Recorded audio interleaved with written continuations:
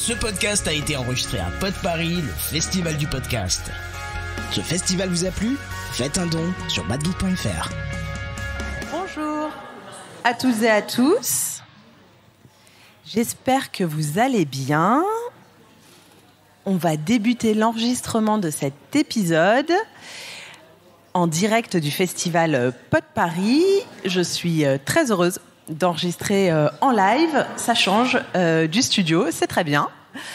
Je suis en compagnie d'Isabelle. Isabelle, tu es comédienne, metteuse en scène et autrice. Et avec toi, aujourd'hui, on va s'intéresser aux nouveaux imaginaires, aux nouveaux récits. Comment est-ce qu'on façonne le monde de demain grâce à ces récits, grâce aux mots, grâce à nos lectures, grâce aux pièces auxquelles on peut assister. On va parler de tout ça. Isabelle, merci beaucoup d'être là aujourd'hui. Merci. Ça va être un épisode un petit peu différent de ce qu'on propose d'habitude sur Basilic, puisqu'il y aura des temps et des moments de lecture vivante. L'idée, c'est vraiment de vous impliquer aussi dans la lecture. Donc, si parmi vous, il y en a qui ont envie de lire à voix haute tout à l'heure, vous pourrez lever la main pour nous rejoindre. Isabelle, j'ai découvert ton travail dans l'ouvrage Les Utopiennes, des nouvelles de 2043, qui est paru aux éditions La Mer Salée il y a quelques mois déjà. Et c'est un ouvrage collaboratif qui nous invite à un voyage en 2043. Alors 2043, ça paraît un petit peu loin, mais ça va venir quand même assez vite. Et avant que tu nous racontes ton travail et ce que tu fais au quotidien, je voulais juste lire quelques lignes de l'édito de cet ouvrage qu'est Les Utopiennes. Alors, je vous lis juste quelques lignes pour que vous ayez bien en tête le contexte. Depuis 2043, nous, habitantes et habitants du monde post-matérialiste, nous vous envoyons les récits et témoignages de notre époque. Vous serez étonnés d'apprendre que les pires pronostics des années 2020 ont été déjoués. Grâce à une détermination insolente et à l'aune d'événements inattendus, l'humanité s'est réveillée pour tisser une nouvelle culture. Voilà le postulat de cet ouvrage collaboratif. Et Isabelle, toi, grâce à ton travail et tes multiples casquettes dont tu vas nous parler aujourd'hui, tu contribues forcément à l'émergence de cette nouvelle culture, de ces nouveaux récits. Est-ce que tu peux nous raconter comment, selon toi, les œuvres sur lesquelles tu travailles contribuent à faire évoluer nos imaginaires ? Le terme tissage est un terme que j'aime énormément. Parce qu'en effet, par rapport aux utopiennes, on était dans une proposition de plusieurs auteurs venant de différents milieux. Donc il peut y avoir un prix Nobel d'économie, mais également moi qui écris du théâtre, une ado de 16 ans. Et là, à travers ce projet des utopiennes, c'était quelles seraient finalement nos utopies par rapport à 2043 ? Comment pourrions-nous imaginer pour moi, c'était un festival de théâtre. Quel serait mon idéal de festival de théâtre en 2043 ? Et pour d'autres, c'était, comme nous allons l'aborder après, sur d'autres sujets. Et une façon de se dire que stop à la dystopie. Essayons d'avoir un imaginaire ouvert sur un devenir possible, désirable. Et peut-être faut-il, à un moment donné, dresser ou décloisonner nos imaginaires pour leur donner la liberté, en tout cas d'œuvrer pour quelque chose qui ne soit pas dramatique. Et si nous sommes plusieurs personnes avec des savoirs différents, moi c'est artistique, moi c'est le théâtre, mais d'autres personnes ont d'autres savoirs, à essayer de dresser ces demain heureux, arriveront-ils ? Et Sandrine Rousseau avait écrit un ouvrage très intéressant en 2014, c'était Utopie mode d'emploi. Et elle dressait toutes les utopies telles que le vote des femmes, telles que la fin de l'esclavage. C'était des utopies à un moment donné et finalement un jour elles sont devenues réalité.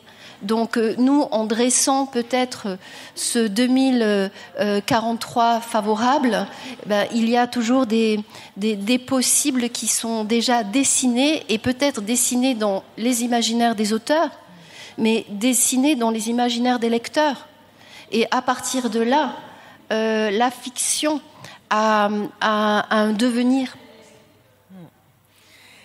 Est-ce que tu peux nous expliquer comment est-ce que tu travailles sur le passé ? Tu travailles en ce moment, et puis à de nombreuses reprises dans ta carrière, sur le regard qu'on porte au passé, parce que finalement il y a une certaine lecture qui en a été faite, mais peut-être qu'il est bon aussi d'y apporter un nouvel éclairage pour mettre en lumière certaines zones d'ombre, certaines personnes qui peut-être auraient été évincées, oubliées.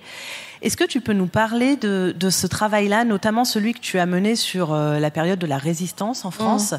Parce que je trouve que c'est très symptomatique aussi et que ça contribue à nourrir de nouveaux imaginaires. Il y a une spécificité que j'ai dans mon travail, c'est que je revisite l'histoire pour l'adapter en théâtre. Donc, ce qu'on peut appeler théâtre communautaire, que j'ai découvert en travaillant à Saint-Pierre-et-Miquelon, près du Nouveau-Brunswick, où il y a cette possibilité d'être sur un territoire, de faire une sorte de diagnostic et se dire, tiens, qu'est-ce que le théâtre peut valoriser ? Donc ça peut être l'histoire, comme je l'ai fait à Saint-Pierre-et-Miquelon, sur le passé et sur les déportations des Acadiens. Donc là, j'ai vraiment œuvré pour que le territoire lui-même, les gens qui y vivent, avec bien évidemment une association qui voulait œuvrer pour ça, Miquelon Culture Patrimoine, et on s'est dit, tiens, peut-être que les habitants reconnaissent cette histoire, ça peut les ancrer sur un futur aussi beaucoup plus conscient et un présent beaucoup plus conscient. Et donc, ce travail que je fais avec l'histoire, je l'ai fait en Normandie par rapport à l'arrivée de la population portugaise, avec la question comment cette population, finalement, a été incluse. C'était quoi le moteur du fait que, oui, il y a une population portugaise qui n'a pas eu de soucis et qui maintenant vit à la fois le fait d'être française et avoir ses origines. Et là, j'avoue que je suis partie sur des terres que je connais, puisque c'est des terres ardéchoises, car je suis une Parisienne née en Ardèche. Et l'objectif était de fêter la libération de l'Ardèche, car vous savez, là, c'est le 80e anniversaire de la libération, et d'avoir un focus sur les femmes résistantes. Parce que ce focus-là, finalement, on ne l'a pas tellement mis en avant. Il faut revisiter l'histoire. Et la nécessité de revisiter l'histoire, ce qu'on appelle l'histoire par le bas. C'est-à-dire l'histoire de citoyens lambda, ceux qui n'apparaissent pas dans les livres d'histoire. Et en revisitant cette histoire, tout comme je l'ai fait donc en Ardèche avec une asso porteuse aussi, car c'est important de parler des assos qui tout à coup ont envie de dynamiser à ce niveau-là. Là, c'était à rencontrer. Et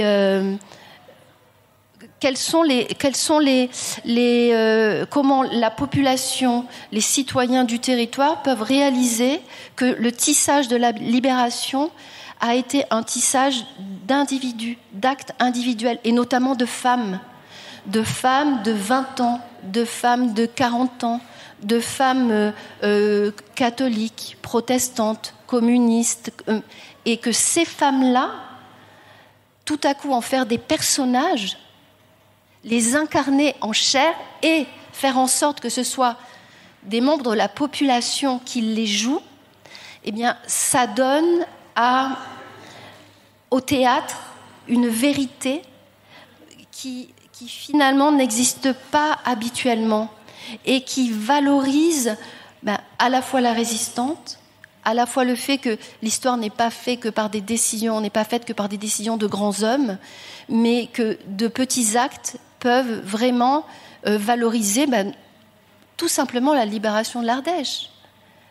Et tout à coup avoir un nom avec un profil, une Georgette Bard qui un jour découvre dans une foire Mein Kampf, qui le lit, elle a 20 ans, et qui se dit « mais c'est pas possible, je ne peux pas accepter ça », et qui toute seule va acheter une radio et se met à transcrire, parce qu'elle sait parler la sténo, elle sait faire la sténo, elle transcrit, puis elle va donner des petits docs pour informer.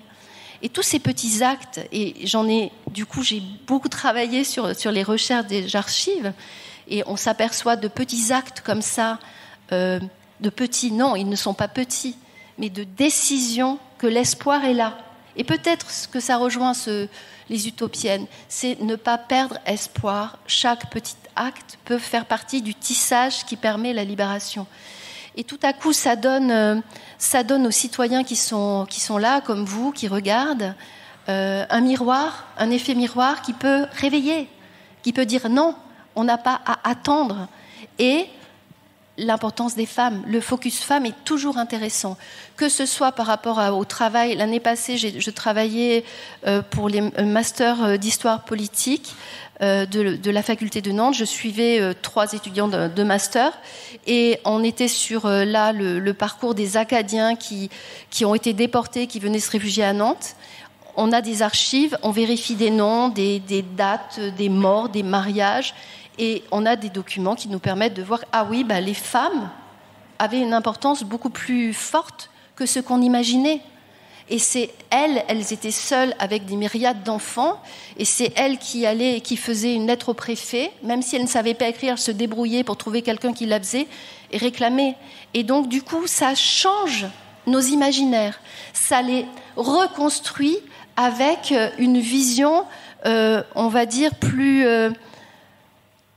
qui correspond au réel et qui peut-être nous permettra, nous, en tant que citoyens de 2024, de se dire, oui, peut-être que si je fais une action, cette action aura des résonances beaucoup plus grandes que je ne peux l'imaginer. Ce que j'entends dans ce que tu dis, c'est aussi le côté collaboratif. Si, pour cette pièce, notamment, ce sont des acteurs et des actrices bénévoles, oui. Cette dimension collaborative, pourquoi est-ce qu'elle est si importante justement quand on s'intéresse à ces sujets autour des nouveaux imaginaires, des nouveaux récits? Pourquoi est-ce qu'on a besoin du collaboratif? C'est parce qu'ensemble, on est là sur quelque chose qu'on dresse ensemble et qu'on fête. Et c'est-à-dire on en fait une fête. Un acte théâtral devient une fête, même si dans l'acte théâtral se dresse une réalité d'une femme, Marie Giraud, voilà, je vous donne son nom, Marie Giraud, qui est une résistante, qui a été dénoncée et torturée et qui est morte, fusillée.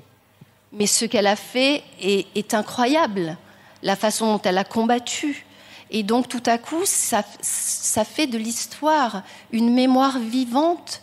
On renoue avec des actes héroïques. Et on peut se dire que des personnes non reconnues dans leur vie ont fait des actes héroïques. Et les évoquer dans un spectacle, ça donne une nourriture et un poids aux personnes qui se mettent à jouer. Elles jouent, mais elles jouent des personnages réels. Elles jouent des personnes qui étaient sur leur territoire et qui se sont battues pour la libération. Et tout à coup, ça donne un caractère, une émotion qui fait que le théâtre a un sens et une vraie portée, une vraie force. Bien sûr, étant professionnelle, j'encadre et je fais en sorte que la qualité soit là, parce que ça, c'est aussi un moteur. Si des personnes sont entourées avec une pratique artistique et un savoir, il y a quelque chose qui se donne, qui se partage. Et finalement, on a en face de soi un spectacle qui a quelque chose d'un rituel, d'un partage. Et là, la catharsis, l'empathie, enfin tout ce qui est important et donne quelque chose qui est magnifique. On joue dans une ville de Privas, on pense qu'il y aura 200 personnes et finalement ça ne s'était jamais vu. Place des Récollets, un endroit merveilleux, il y a 450 personnes. On ne sait pas où les mettre. Voilà. Et c'est dans des conditions où ils sont assis, ils voient pas. Bien, ils restent. Ils restent parce qu'on est en train de leur donner une tranche de vie de citoyens comme eux. Et on a fait une fête. La dimension festive est très importante, quoi qu'il en soit. Même s'il y a des drames, on les fête si ce sont des gens qui ont donné leur vie pour en tout cas pour cet événement, pour la libération. Et ça leur permet finalement de s'approprier ou peut-être même de se réapproprier leur histoire. Oui, le terme de réappropriation et puis même si c'est pas des gens du territoire. C'est vraiment le sentir avec le cœur aussi, parce que on est là sur l'émotion. Et s'il y a des enfants, on est là aussi sur leur émotion. Et ils voient bien que on n'est pas devant un film où il y a des héros très déterminés. Non, on est sur une parole de citoyen et d'actes qui peuvent paraître simples, mais qui ont été très très importants. Donc on comprend, grâce à ton travail, Isabelle, que pour construire ces nouveaux imaginaires, il faut déjà dans un premier temps s'intéresser à notre passé et peut-être le regarder différemment. C'est ce que tu fais.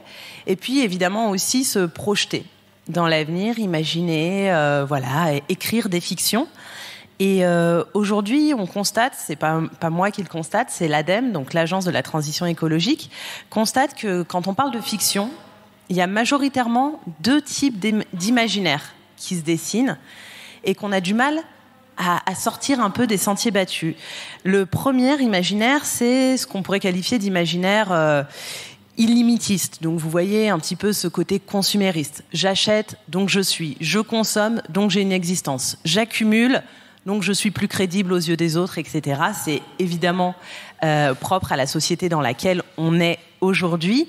Et ce que souligne l'ADEME et que je trouvais aussi très juste, c'est que bien souvent cette consommation c'est défini comme la clé du bonheur. C'est ce pourquoi on sera heureux, parce qu'on a plein de choses, parce qu'on est très riche, etc. Sauf qu'au final, les études montrent et démontrent que c'est pas ce qui fait notre bonheur, mais je vous apprends rien. Et donc cet imaginaire illimitiste, il est nourri aussi par cette volonté de croissance infinie, par ce progrès et par ce penchant techno-solutionniste. Donc être persuadé que la technologie va nous sauver, qu'on va s'en sortir et que la crise climatique va être réglée grâce à la technologie. Il y a plein de figures dans ce domaine-là, Elon Musk par exemple, mais il y en a plein d'autres. Et donc là, on est dans cette dynamique et ça c'est un type de fiction. Si vous avez des enfants, vous y êtes sûrement confrontés quand il faut choisir un dessin animé. C'est difficile en fait de sortir de ce schéma technosolutionniste. C'est des robots qui sauvent le monde, qui volent sur des très grosses voitures qui doivent consommer énormément. Et c'est pas tout à fait ce qu'on a envie de donner aux enfants, mais aujourd'hui, dans les faits, c'est aussi ce qu'on nous propose. Et le second imaginaire qui a été identifié par l'ADEME comme étant prédominant, c'est l'imaginaire de l'effondrement.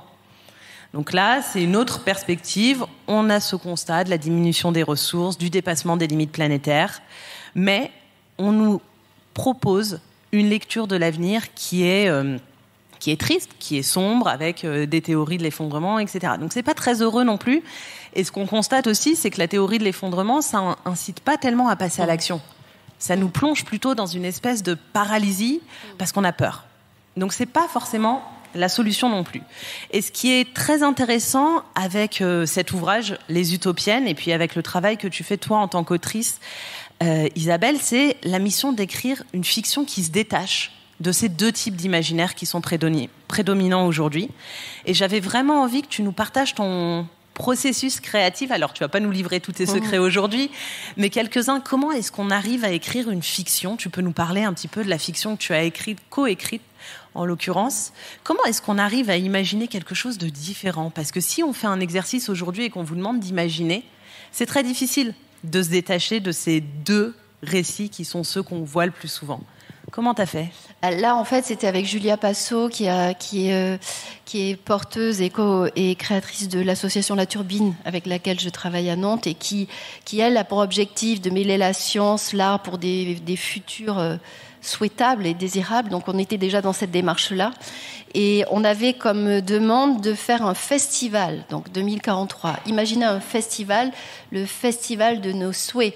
Donc, Julia ayant déjà un festival qui s'appelle Utopie.0, et puis moi avec ma pratique artistique, et c'était magnifique, parce que se dire que l'on peut tout imaginer, de tout à coup des évolutions au niveau, je me rappelle avoir évoqué des évolutions au niveau de la communication animale qui nous permettaient d'avoir une évolution par rapport au traitement thérapeutique. Enfin, il y avait une tonne de choses qui étaient possibles et qui finalement donnent image et peuvent signifier que oui, et pourquoi pas le faire un jour, ce festival ?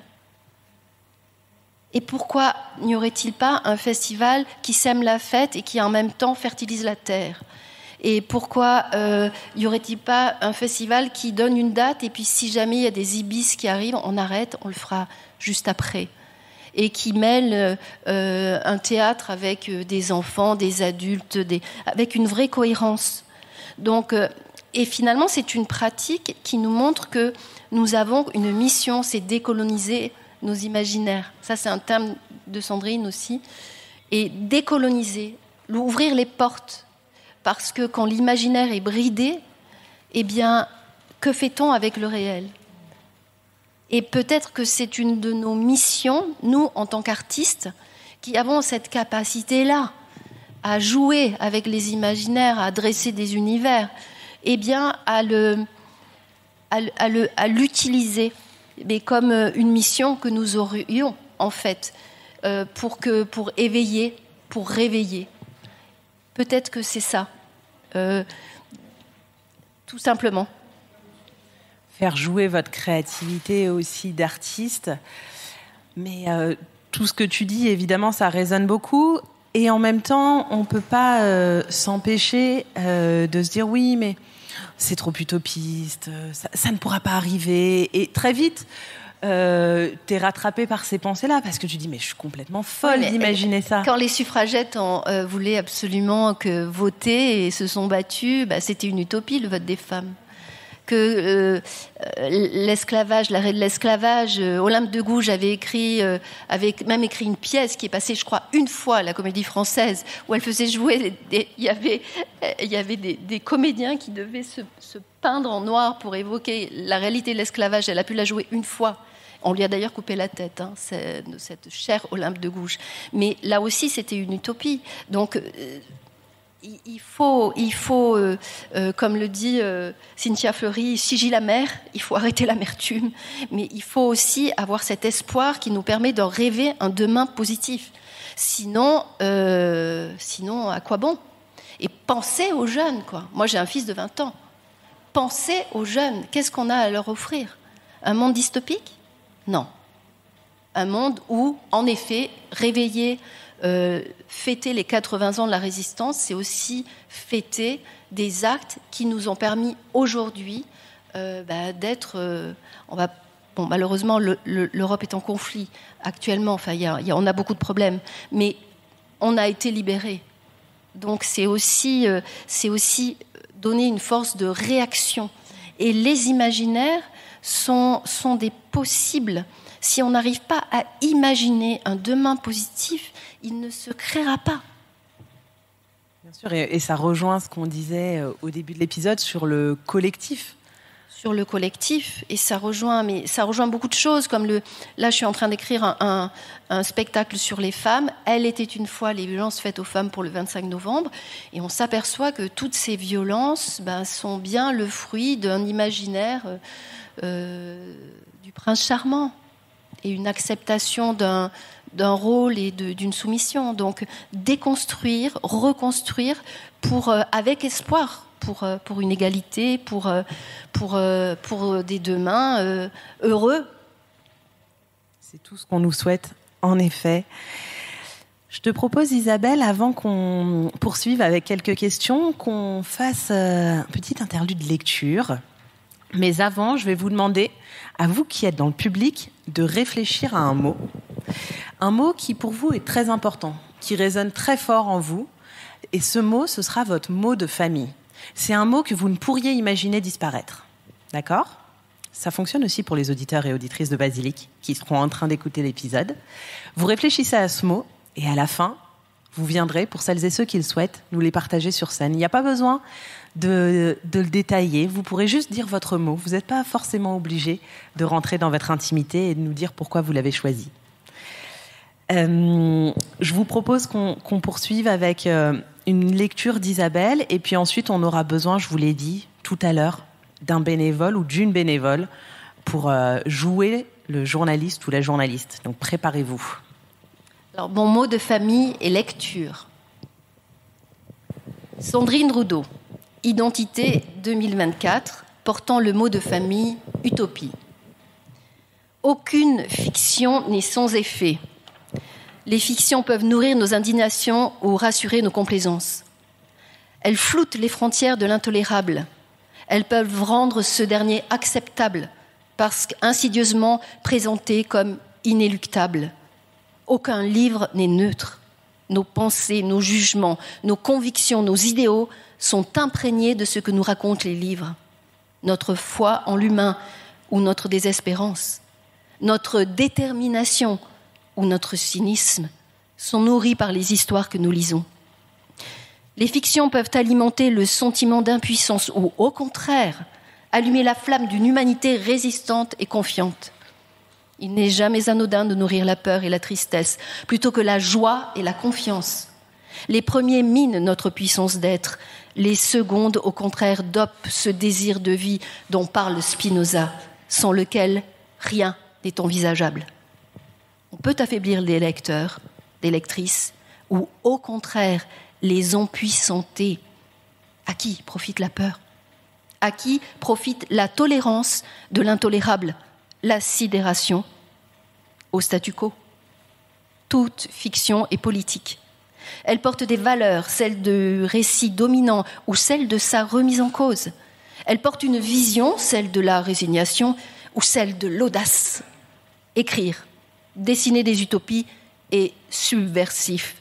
C'est un pari qui refuse la facilité et le récit convenu. Merci beaucoup Isabelle pour cette première lecture. Je te propose qu'on poursuive avec une deuxième lecture, toujours un extrait de cet ouvrage, Les Utopiennes. Tu vas nous lire Hyperhumain de Riyad Salem, Identité 2023, portant en 2043 le mot de famille multicomplet. Le mot de famille, vous n'oubliez pas, hein. Il nous en faut un pour tout à l'heure. En 2024, j'ai été champion paralympique de rugby en fauteuil. On proposait aux personnes à qui il manquait un ou plusieurs membres de porter des prothèses pour devenir normales. Nous étions considérés comme incomplètes. La différence n'était pas acceptée. Ces prothèses, il nous fallait les dissimuler sous un pull, les cacher. La peur du moignon, vous savez, ce membre différent que l'on ne voulait pas voir. D'ailleurs, si les prothèses pouvaient être de couleur chair, c'était mieux, selon la société. Pour ma part, je me suis toujours sentie beaucoup plus handicapée debout avec mes prothèses de jambes qu'assise dans mon fauteuil, que je maîtrisais à merveille. Question d'équilibre. J'étais moins vulnérable sur fauteuil. Une génération a pris la parole, a assumé sa diversité, ses richesses et les a montrées. Aujourd'hui, en 2043, c'est la différence qui est la norme. Nous avons banni l'uniformité.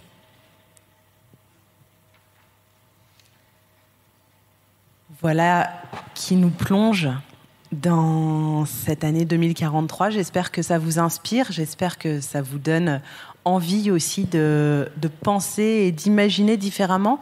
Est-ce qu'on a un ou une journaliste volontaire? Allez, venez sur scène. Il vous faut un micro, mais je vais vous laisser ma place. Ah. Oui, mais vous pouvez vous asseoir là, ce sera bien.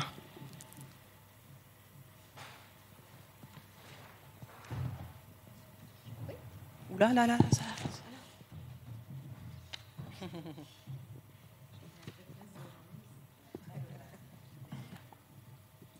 Voilà. Bonjour madame. Bonjour. Alors, on va lire... Oui, ouais. C'est bon. On va lire un extrait, toujours de cet ouvrage des Utopiennes. Je lis juste cette partie-là, et après, comme ça, vous pouvez arrêter les questions. L'économie du contentement. Timothée Parikh, prix Nobel d'économie, Identité 2023, portant en 2043 le mot de famille philosophie. Timothée, philosophie. En tant que prix Nobel d'économie, quelle a été votre première recommandation? On a du mal à imaginer ça aujourd'hui. Mais avant 2031, la raison d'être légale des entreprises était de générer un maximum de profit.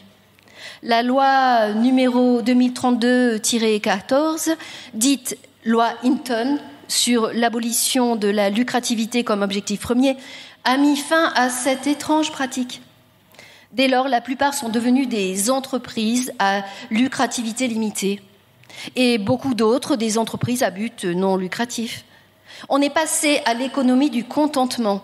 Le contentement mesure la capacité d'une communauté à satisfaire ses besoins. Revenus conformes à la dignité humaine, alimentation suffisante, adéquate et de qualité, état de santé physique et mentale, éducation et enseignement, logement décent et adapté, mobilité, conditions de travail justes et favorables, participation citoyenne et démocratique, etc. Aujourd'hui, le temps plein est de 16 heures par semaine, 2 fois moins qu'en 2023. C'est inouï d'imaginer autant d'énergie dédiée à l'économie. Que faisaient toutes ces personnes? N'était-ce pas quelque peu totalitaire de forcer des gens à travailler autant? Oui.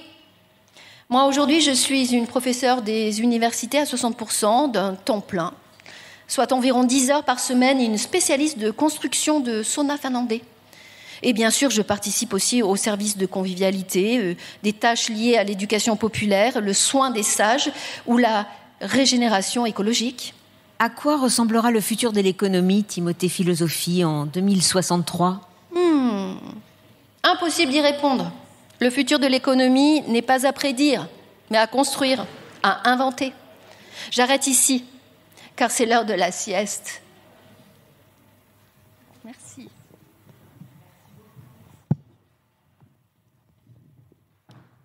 Merci beaucoup à notre journaliste bénévole. Vous voyez, quand on parle de nouveaux récits, de nouveaux imaginaires, je trouve qu'avec ces 3 extraits, ça nous permet aussi d'imaginer peut-être des choses auxquelles vous n'auriez jamais pensé. Le temps plein de 16 heures, par exemple, ou tout plein d'autres choses. On a du mal à y croire. Et pourtant, et c'est le travail qu'ont fait les auteurs et les autrices dans cet ouvrage, et c'est ton travail aussi, Isabelle, et j'aimerais, alors tu nous as parlé un peu de ton processus créatif, de comment tu t'y prends pour te détacher de ces limites parfois qu'on peut s'imposer parce qu'on a grandi avec. Quelle relation entretiens-tu, toi, aujourd'hui, avec les mots? Tu disais que ton mot de famille était le mot lecture. Quel est le pouvoir des mots aujourd'hui en 2024 et non pas en 2043? Alors c'est très intéressant de se poser la question parce qu'on est quand même dans une période où on est sur la création de nouveaux mots. J'ai participé depuis plusieurs années à l'élaboration d'ateliers qui s'appellent Des mots pour demain avec la Turbine, où on est sur un questionnement sur des textes philosophiques, sociologiques, poétiques, avec des problématiques, et à partir de là on essaie de construire, on essaie d'y puiser des mots pour construire un demain favorable.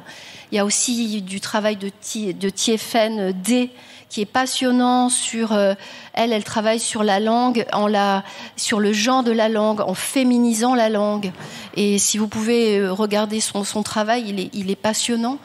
Il y a aussi Jeanne Hénin, les mots qu'il nous faut. Donc on est dans une perception que la langue mérite, elle aussi, d'être revisitée, reconstruite, parce que si on veut construire demain, bien évidemment, il faut avoir un outil qui nous permette de communiquer ce que sera demain. Et mon attention aux mots, elle est infinie, dans le sens où moi, j'ai grandi quand j'étais enfant dans un café.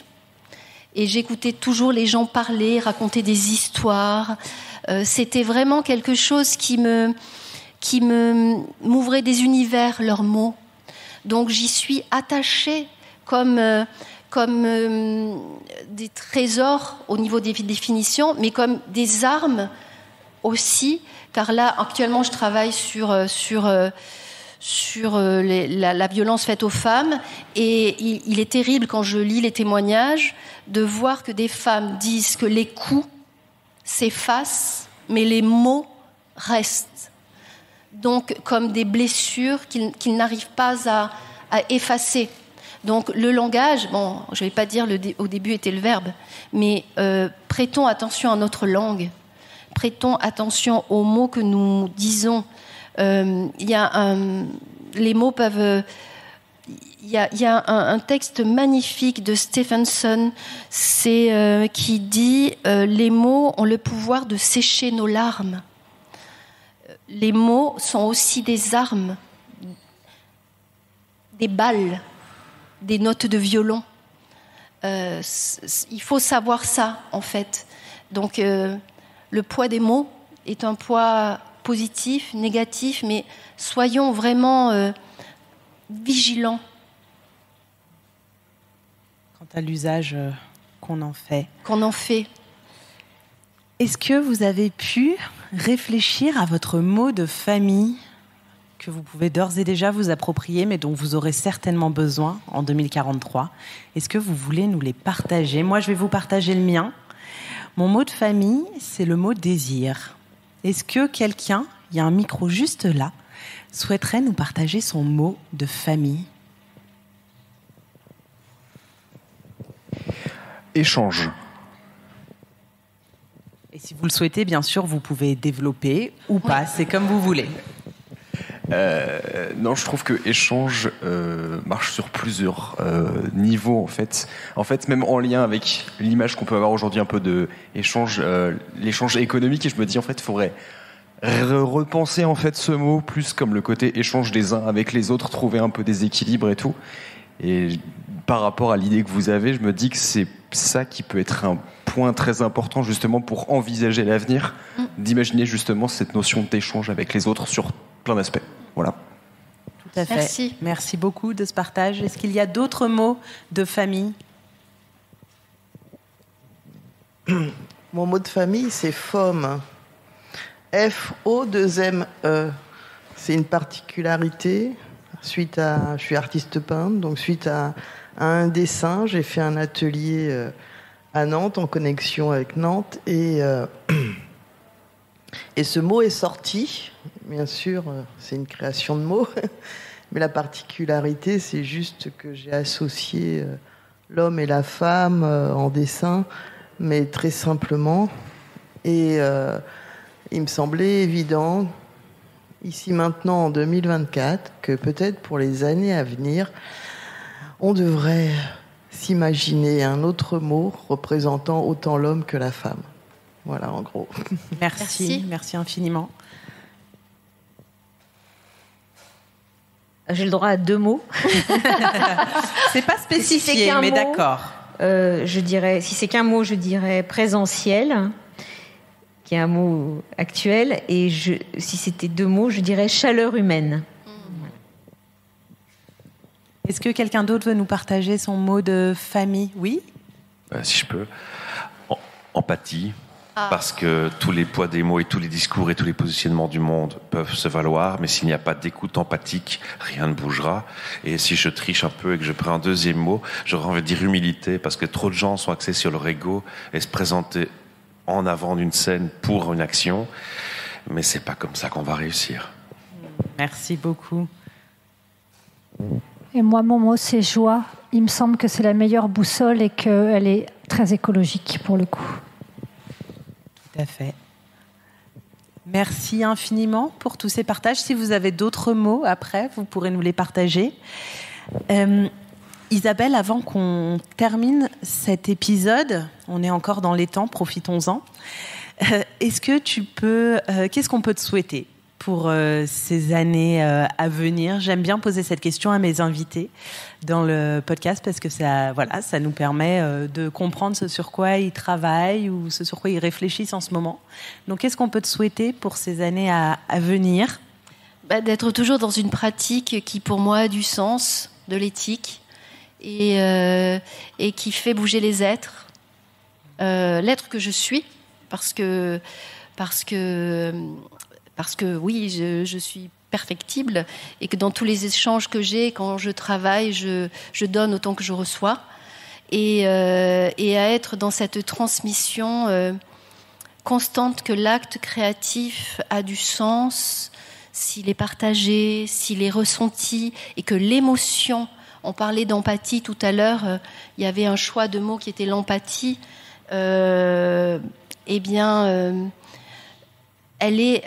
l'art déclenche de l'émotion. Et l'émotion permet d'avancer beaucoup plus vite que n'importe quel, et là je dis discours, mais c'est une mise en acte de soi. Et je pense que c'est peut-être maintenant ce qu'il nous faut. Soyons chavirés, soyons portés, soyons résistants, soyons acteurs de nos vies aussi. Merci Isabelle. Quelles sont tes actualités? Où est-ce qu'on peut te retrouver avant que je clôture cet épisode avec un mot que je tenais absolument à vous partager ici à Pod Paris? Où est-ce qu'on peut te retrouver prochainement? Eh bien, là, j'ai encore 2 représentations du spectacle Femmes en Résistance en novembre, et cette fois-ci en terre ardéchoise. Donc, on peut m'y retrouver le 16 et le 18. J'ai un site, vous pouvez voir où on est.